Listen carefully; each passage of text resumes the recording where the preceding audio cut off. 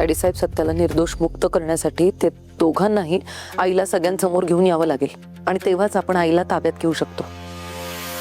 कौतुक कौतुक केवळ कौतुक बाबडे. अभिमान वाटतो तुझा आम्हाला. उत्तम कल्पना आहे, फक्त यावेळेस घाई नको करायला.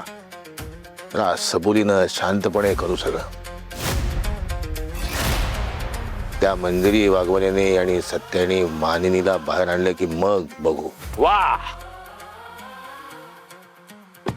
नाही बघा, अजून वाटच बघत बसा. त्या सत्या आणि मंजूला आईला कोर्टात नेऊ द्या, निर्दोष सिद्ध होऊ द्या, पण तुम्ही जागच्या हलू नका. वाट बघत बसा. आर्यन, वाट बघायची म्हणजे हातांवर हात ठेवून आपण नुसतं वाटच बघत बसायची असं नाहीये. मग कसं म्हणते तू? वाट बघायची म्हणजे सत्या आणि मंजू आईला बाहेर घेऊन येण्याची वाट बघायची. कळलं? अरे पण तोपर्यंत तरी का वाट बघायची आपण? अरे आपणच जाऊ ना त्यांच्यापर्यंत. डॅडी साहेब, आपण जाऊ, आईला ताब्यात घेऊ आणि संपवू ना त्यांना एकदाच. सरळ घास खा ना, हे असं काय मला समजत नाही, तुमची पद्धत समजत नाही. तायडे तू प्लीज समज ना, मला घाई होते. प्लीज संपवा ना यार त्यांना, मला संपवायचं आहे त्यांना. हो, मला कळतंय तुला काय म्हणायचं ते, पण हे बघ, आपण ते सगळं करूया, त्यांना संपवूया, पण ती योग्य वेळ अजून आलेली नाहीये.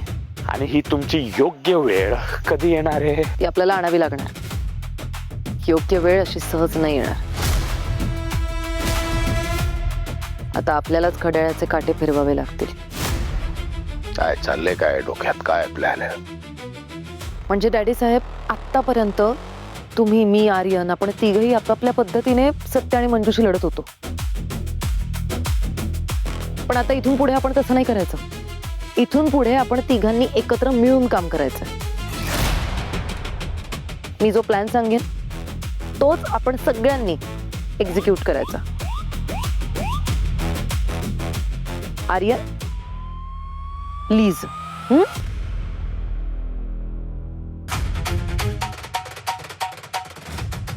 मी प्लॅन सांगते.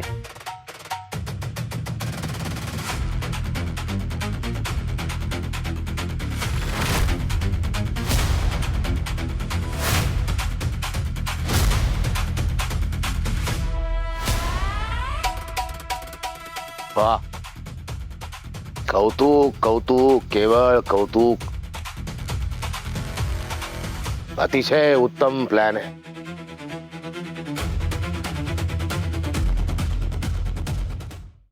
तू म्हणतोस ते खरंय सत्य.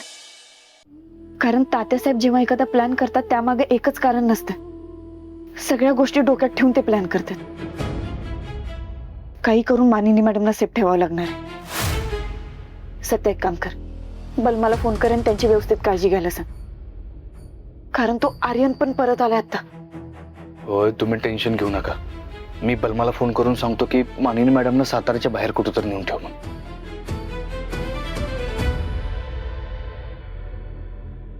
बलमा, मानिनी मॅडम कशा आहेत? बरं ऐक, एक काम कर, आजच्या आज नाहीतर जास्तीत जास्त उद्या सकाळपर्यंत मानिनी मॅडमनं सातारच्या बाहेर कुठेतरी नेऊन लपव आणि ते लोकेशन मला पाठवून ठेव.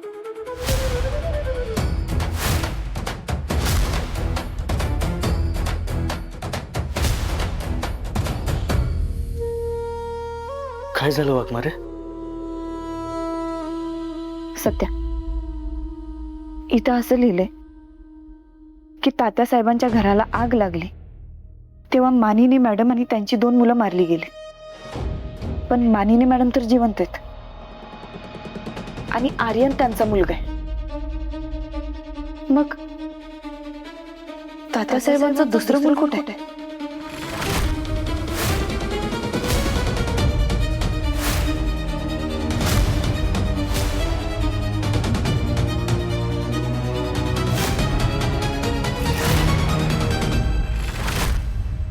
मानिनी मॅडम आणि आर्यन जसे वाचले तसं त्यांचं दुसरं मूल सुद्धा वाचलं असेल का?